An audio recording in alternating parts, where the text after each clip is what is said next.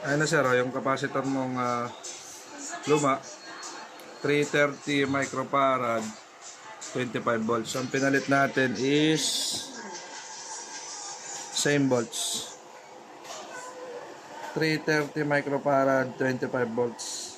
We have here Ford Expedition 2009, 5.4 liters. Yan. Kanyang issue, namamatay raw sa takbo. Namamatay sa takbo sir, no?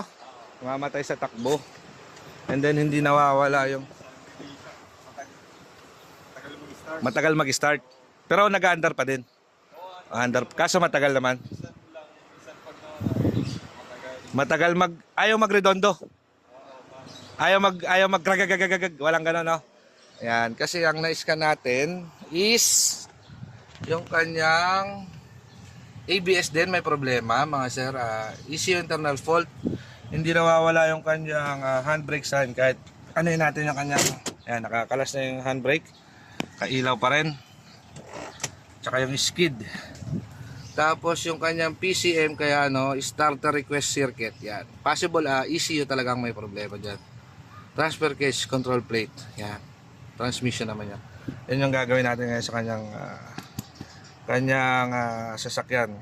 Ito po ay galing ng Lipa, Batangas.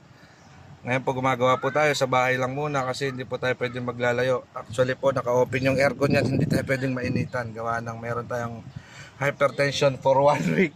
Hey bro, shout out! Hey, geng geng! Ayan mga sir, gagawin natin yan ngayon. Ingat kayo palagi.